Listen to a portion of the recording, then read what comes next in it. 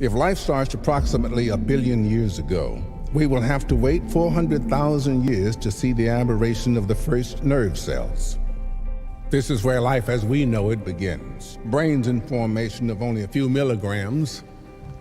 It's not possible to determine any sign of intelligence yet. It acts more as a reflex. 1 neuron, you're alive. 2 neurons, you're moving. And with movement, interesting things begin to happen. Animal life on Earth goes back millions of years. Yet most species only use 3 to 5% of its cerebral capacity. But it isn't until we reached human beings at the top of the animal chain that we finally see a species use more of its cerebral capacity. 10% may not seem like much, but it's a lot if you look at all we've done with it. Now let's discuss a special case. The only living being that uses its brain better than us, the dolphin. It is estimated that this incredible animal uses up to 20% of its cerebral capacity.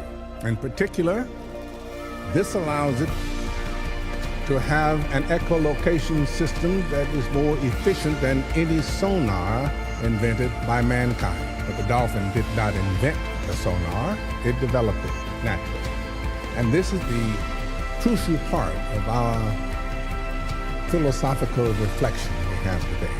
Can we therefore conclude that humans are concerned more with having than being? For primitive beings like us, life seems to have only one single purpose: gaining time. And it is going through time seems to be also the only real purpose of each of the cells in our bodies. To achieve that aim, the mass of the cells that make up earthworms and human beings has only 2 solutions: be immortal or to reproduce. If its habitat is not sufficiently favorable or nurturing, the cell will choose immortality. In other words, self-sufficiency and self-management. On the other hand, if the habitat is favorable, they will choose to reproduce. That way, when they die, they hand down essential information and knowledge to the next cell, which hands it down to the next cell, and so on. Thus, knowledge and learning are handed down through time. Let's imagine for a few moments what our life would be like if we could access, let's say, 20% of our brain's capacity. This first stage would give us access to and control of our own body. Well, for the moment, it's just hypothesis, I confess. But if you think about it, it's troubling to realize that the Greeks, the Egyptians, and the Indians had notion of cells centuries before the invention of the microscope. And what to say about Darwin, whom everybody took for a fool when he put forth his theory of evolution? It's up to us to push the rules and laws and go from evolution to revolution. 100 billion neurons per human, of which only 15% are activated. There are more connections in the human body than there are stars in the galaxy. We possess a gigantic network of information to which we have almost no access. Well, the next stage would probably be control of other people. But for that, we would need to access at least 40% of our brain's capacity.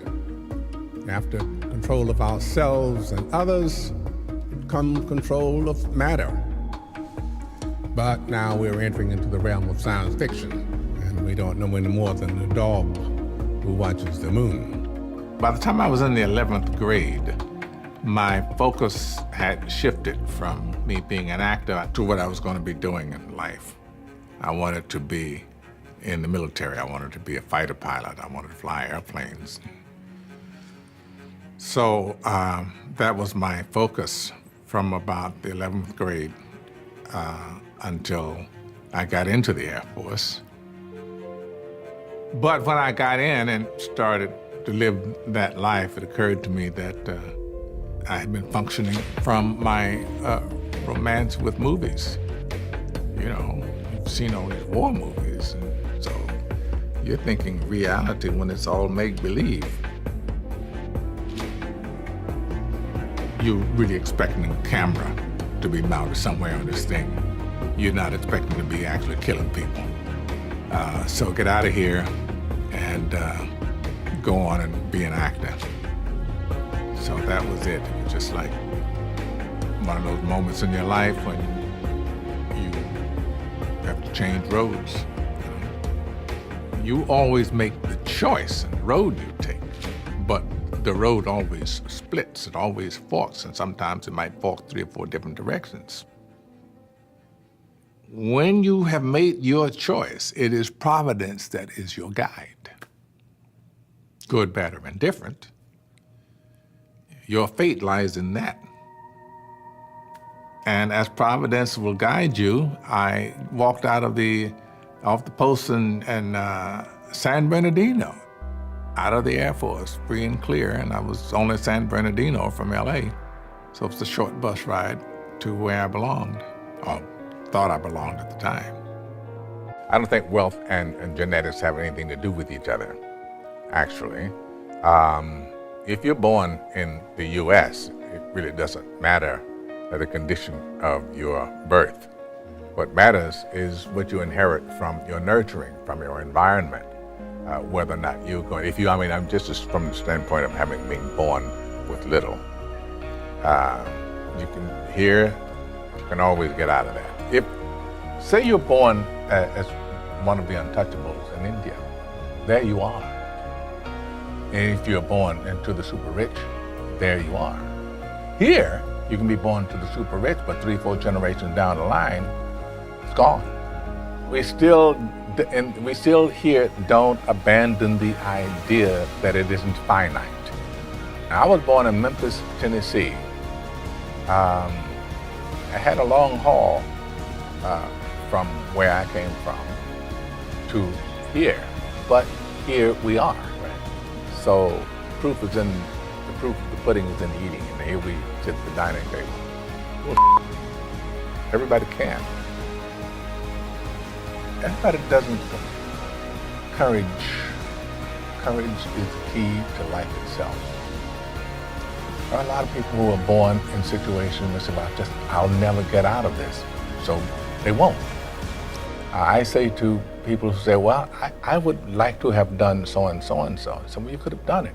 So, well, I couldn't get out of here. Man, the bus runs every day. As I said, I went to the movies all the time. I've seen the movies.